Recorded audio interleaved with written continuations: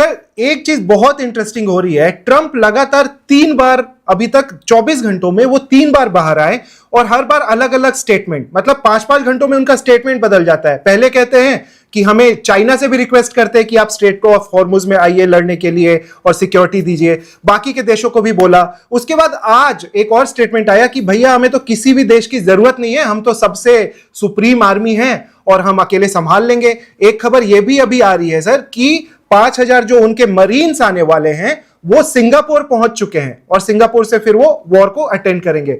आप कैसे देख रहे हैं सर, ट्रंप का ये घबराहट है क्या है? ईरान की भी तारीफ कर देते हैं और फिर अचानक से उनके सुर भी बदल जाते हैं। देखिए साहब, वो डोनाल्ड ट्रंप ने अपने इलेक्शन के दौरान साफ कहा था कि मेरे जो प्रीडिसेसर्स थे बेवकूफ थे, गधे थे, वगैरह वगैरह, I will never get into a protracted forever war.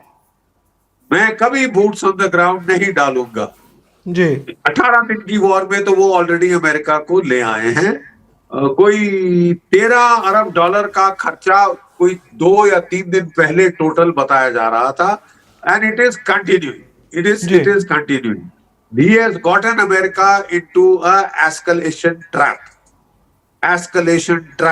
ठीक है साहब, वो गए, because when you have no strategy, then you get into an endless war.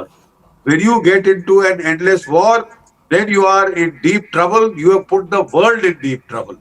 और इसके चलते ये अमेरिका का पहले नुकसान होगा, उसके पहले डोनाल्ड ट्रंप साहब का नुकसान होगा। ये मिड टर्म इलेक्शन का साल है और ये जो है मिड टर्म इलेक्शन का साल है, और इस मिड टर्म इलेक्शन ईयर में नवंबर में उनको अमेरिकन इलेक्टोरेट को फेस करना है जी। वो चांसेस हैं कि लेम डक प्रेसिडेंट बन जाएंगे। लेम डक प्रेसिडेंट बने तो अगर वो इम्पीच भी हो जाएं तो मुझे हैरानी नहीं होगी।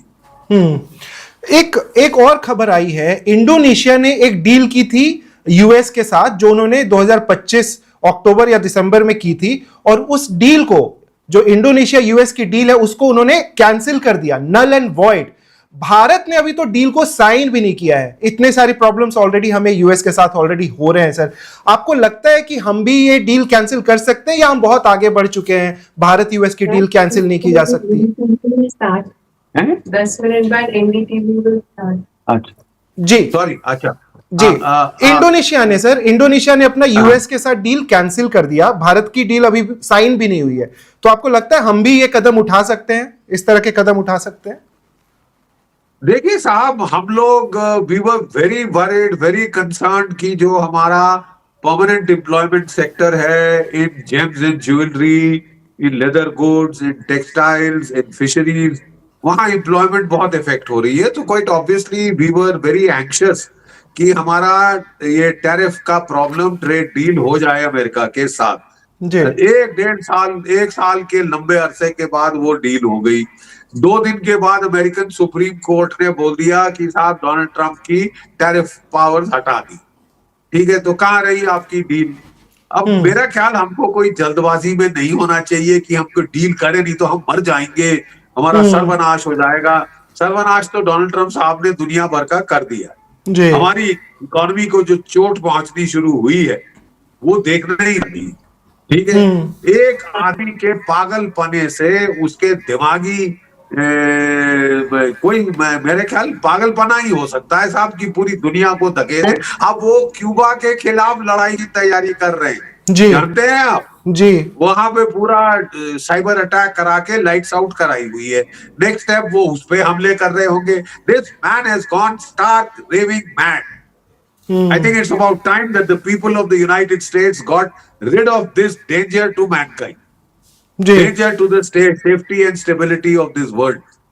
वो thank God अभी भी एक डेमोक्रेसी है, but this is amazing. इसको अटैक कर 9 कंट्रीज उन्होंने अटैक कर दिया अपने प्रेसिडेंट बनने के बाद, और ये कोई अंत होता तो चलो साहब हम मान भी लेते।